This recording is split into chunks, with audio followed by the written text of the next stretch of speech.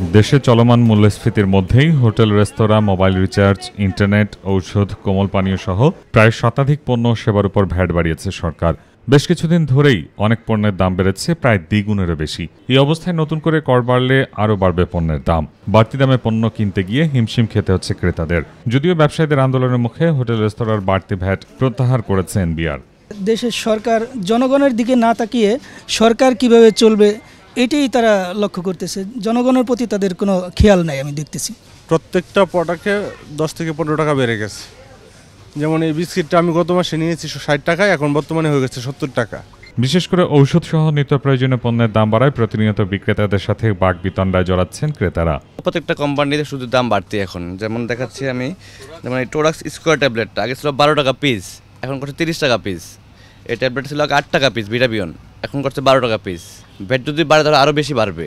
এতে ক্রেতাদের নিয়ে আমাদের সাথে অনেক ঝামেলার সৃষ্টি হয়।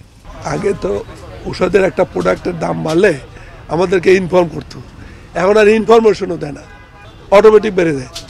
হ্যাঁ, আমরা পড়ছি বিভাগে। আমার মনে হয় ঔষধের ব্যবসা আমরা আর করতে পারবো না।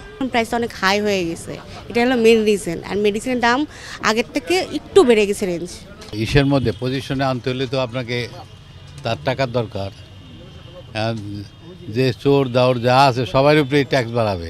মনিটরিং এর মাধ্যমে বাজার নিয়ন্ত্রণ না করে উল্টো কর বাড়ালে ক্রেতাদের উপর বাড়বে চাপ। তাই বাজার নিয়ন্ত্রণ সহ পণ্যের দাম নাগালের মধ্যে এনে ভ্যাট বাড়ালে লাভবান হবে সরকার সহ সাধারণ জনগণ। এস এম তানবীর, মাই টিভি, ঢাকা।